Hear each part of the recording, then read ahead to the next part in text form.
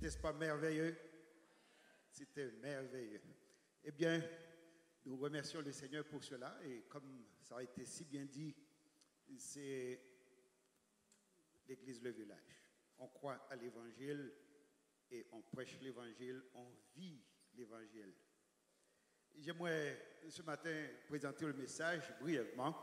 Et comme c'était annoncé avant l'été, on disait l'été, ce sera cool à l'église Le Village.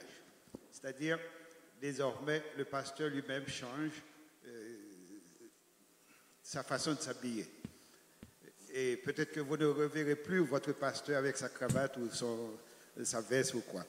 Mais ça, c'est l'été, on va rester comme ça. On aimerait avoir une église plus relax, si on peut dire. J'aimerais vous poser une question. Quelle est la plus grande richesse de notre pays?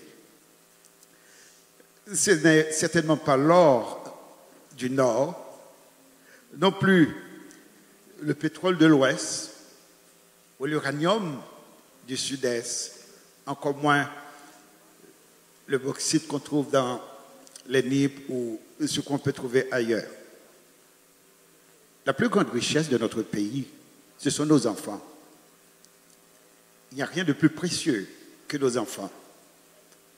Et le plus grand investissement qu'on puisse faire aujourd'hui, c'est de préparer nos enfants à réussir dans le monde de demain. Le plus grand investissement qu'on puisse faire aujourd'hui, c'est de préparer nos enfants à réussir dans le monde de demain. Nous voulons prendre ce temps en cette journée internationale des enfants pour célébrer l'avenir. Nous venons de le faire à notre façon. Nous célébrons l'avenir parce que les promesses d'aujourd'hui, ces promesses, ces enfants, seront nos succès de demain ou nos échecs de demain. Tout dépend de ce que nous faisons aujourd'hui, parce que demain se prépare aujourd'hui. Demain se prépare aujourd'hui. Tout dépend de ce que nous faisons, de nos enfants.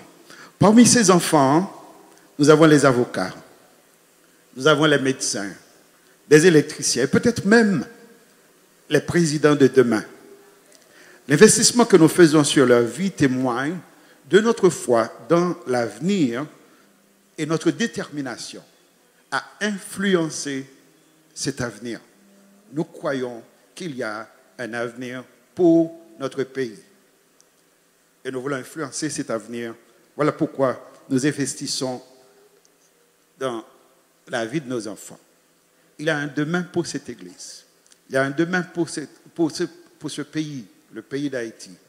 Et le monde va continuer à tourner parce que nous avons fait des enfants. Nous avons fait des enfants. Nous sommes infiniment reconnaissants envers tous ceux et celles qui ont contribué au ministère de cette église. Les moniteurs, les monitrices qui ont donné de leur temps, de leur talent, d'autres personnes qui nous ont supportés par la prière, par des conseils, par des dons financiers. Et ma joie, ce matin, c'est de réaliser que ces enfants, bon nombre d'entre eux, je les avais présentés moi-même au temple il y a de cela quelques années. Avoir ces enfants témoigner de leur foi dans les eaux du baptême, c'est pour moi un encouragement pour dire que notre Église est en train de faire le travail. Alors, nous vous présentons la génération 2013-2023, c'est-à-dire ces jeunes qui vont être gradués d'ici quelques instants. Ils vont passer de l'enfance à la jeunesse. Et nous allons célébrer cela d'une manière très spéciale. Aujourd'hui, je veux parler d'investissement. Je ne sais pas si vous avez tout prêt. Nous voulons parler d'investissement. Et nous parlons du plus grand investissement. L'apôtre Paul, s'adressant à son disciple, son enfant, Timothée, Il a dit, toi, Timothée, demeure dans les choses que tu as apprises et reconnues certaines, sachant de qui tu les as apprises. Paul voulait rappeler Timothée de l'investissement que lui, les parents de Timothée et d'autres personnes avaient fait dans la vie de Timothée. Timothée devait d'abord garder le bon dépôt de cet investissement. Quand vous faites un investissement quelque part, vous attendez à ce qu'on gère bien votre investissement et que dans un avenir pas trop lointain, vous récoltez quelque chose de votre investissement. Et c'est ce que Paul a voulu dire à Timothée, qu'il devait garder le bon dépôt de ce qu'il avait investi dans sa vie. Non seulement garder le bon dépôt, mais se souvenir des personnes qui avaient investi dans sa vie. Et ce matin, il y a au moins 3 choses que j'aimerais voir avec vous sur ce sujet. Je vais parler du plus grand investissement qu'on puisse faire dans la vie de nos enfants. Il y a d'abord la valeur de cet investissement. Ça veut dire ce qu'on investit dans la vie de nos enfants. Si vous vous souvenez bien de ce verset, Paul dit, dès ton enfance, tu connais les saintes lettres qui peuvent te rendre sage à salut par la foi. Ce que nous investissons, ce n'est pas de l'argent. Ce n'est pas de l'or. Bien sûr, nous avons besoin d'argent. Bien sûr, nous avons besoin de talent. Bien sûr, nous avons besoin d'énergie. Mais ce que nous investissons aujourd'hui dans la vie de ces enfants, c'est la parole de Dieu. C'est la parole de Dieu. Et la raison est simple. Parce que dans chaque personne ici ce matin, inclus nos enfants, il y a une âme immortelle. Il y a une âme éternelle. On ne peut pas investir dans ce qui est éternel, ce qui est temporel ou passager ou destructible. On investit ce qui est éternel dans une âme éternelle. Alors il n'y a rien comme la parole de Dieu pour préparer nos enfants. Et Paul souligne dans ce passage l'utilité de cette parole. Il dit, cette parole peut les rendre sages à salut par la foi en Jésus-Christ. Ce que nous sommes en train de faire, comme frère Kangé vient de le dire, nous sommes en train de préparer ces enfants à dire oui à Jésus. Quand le Saint-Esprit lui-même travaillera dans leur cœur. Et c'est ce que nous faisons, la parole de Dieu. Non seulement qu'on veut parler de la parole ou la valeur de cette parole, ce que cette parole peut faire, mais nous voulons aussi responsabiliser ces enfants. Non seulement parler de la valeur de ce qu'on a investi dans leur vie, mais nous voulons les responsabiliser. Et c'est ce que Paul a fait au verset 14. Il dit, toi, Timothée, retiens le bon dépôt. Le bon dépôt de ce qu'on a fait dans ta vie. Et j'imagine bien que ce que moi j'ai fait, ce que Nayanka a fait, d'autres professeurs ont fait, des parents ont fait, ce sont des investissements. Et quand on veut rappeler à ces enfants tout ce qu'on a fait pour leur vie, on dit, mais souviens-toi de ces personnes. D'abord, en parlant de valeur, quelle est la source de cette parole? L'apôtre dit que cette parole, sa source, c'est Dieu lui-même. Il dit toute écriture est inspirée de Dieu. Ce que nous enseignons, nous n'enseignons pas la parole des hommes, non une philosophie humaine. Nous ne sommes pas en train d'endoctriner nos enfants dans des mensonges, mais tout simplement les présenter la parole de Dieu.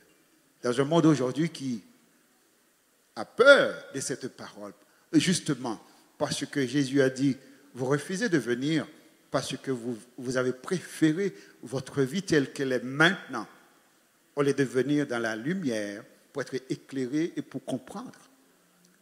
Non seulement la source de cette parole est importante, mais l'utilité de cette parole. Il dit, cette parole est utile pour former les caractères, pour former des citoyens honnêtes, courageux, des gens capables de lever des défis. Et c'est ce que nous faisons comme investissement dans leur vie, les préparer pour demain, à affronter ce monde cruel, à affronter ce monde de ténèbres. Et comme dit l'apôtre Paul, qu'ils brillent comme des lumières, comme des enfants de lumière, parmi ces enfants de ténèbres, dans ce monde de ténèbres. Non seulement l'utilité de cette parole, mais cette parole nous prépare à agir en notre temps. En mon temps, je suis en train d'agir. Et frère Kanji a fait la transition entre lui et Clark. Et bientôt, nous serons heureux de faire la transition entre cette église qui est apparemment une église de vieux comme moi à une église de jeunes. Une armée capable d'affronter ce monde avec la vérité de la parole de Dieu et les convaincre que Jésus est Seigneur et il n'y a de salut, il n'y a d'espoir en aucun autre nom, sinon au nom de Jésus. Car il y a un seul qui sauve, c'est Jésus. Non seulement qu'il parle de la valeur investie dans leur vie, non seulement qu'il a voulu les responsabiliser, mais il a voulu les rappeler aussi qu'il y a quelque chose qu'on attend des autres. Et nous attendons quelque chose de chacun de nos enfants. Il dit, cette parole les prépare afin que, devenus grands, ils peuvent contribuer à quelque chose dans la vie. Dans ma vie, dans la vie des autres, dans la vie de ce pays. Il dit, toute écriture est utile pour corriger, pour convaincre, pour instruire, afin que l'homme de Dieu soit apte, ça veut dire prêt, à toutes bonnes œuvres. On peut bien accepter quelques bonnes œuvres dans ce pays aujourd'hui. Il y a tellement de choses négatives, il y a tellement de choses qui font mal. Nous avons hâte de voir une nouvelle génération. Alors comment allons-nous préparer cette nouvelle génération, sinon que d'investir quelque chose qui peut changer leur caractère, qui peut les faire des hommes courageux, non pas avec un esprit de timidité, mais avec un esprit de force, de sagesse et de crainte pour confronter l'erreur qu'il y a aujourd'hui, de croire que, eh bien, il n'y a pas d'avenir. L'erreur de croire qu'on peut faire n'importe quoi. L'erreur de croire qu'on est obligé de tout accepter. Mais non, Dieu a un plan pour chaque vie ici ce matin. Il a un plan pour la vie de nos enfants. Et puisque Dieu a un plan pour notre vie, Dieu a voulu qu'on sache quel est ce plan, et ce plan est dans sa parole. La question qui revient souvent, faut-il épargner ou faut-il investir? C'est un choix parfois difficile. Faut-il épargner ou faut-il investir? La réponse est d'investir. L'épargne, c'est bon. Mais l'investissement, c'est encore mieux. Alors, si vous voulez investir dans quelque chose, aidez-nous à investir dans la vie de ces enfants. D'ici quelques instants, on va vous demander de vous inscrire comme moniteur, comme monitrice, comme aide, parce que dans la prochaine saison, nous allons continuer la même chose. Instruire l'enfant dès son jeune âge, et quand il sera grand, il ne s'en détournera pas. On va vous demander de donner votre temps, de donner votre talent pour l'avenir de vos enfants, pour l'avenir de ces enfants, pour l'avenir de ce pays. Aussi, on aimerait structurer ce département. Maintenant, nous n'avons pas quelqu'un qui travaille à plein temps dans ce département. Nous allons bientôt recruter quelqu'un qui va être là à plein temps pour travailler avec ces enfants. Et ça dit quoi? Ça dit des finances aussi.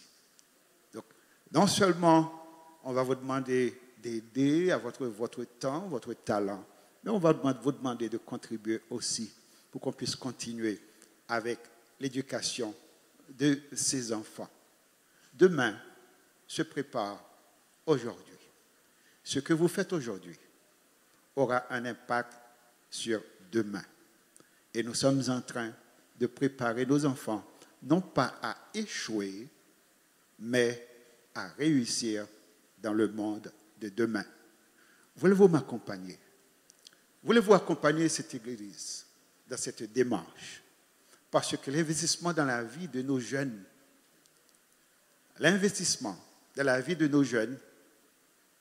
c'est le plus beau risque que nous puissions prendre aujourd'hui.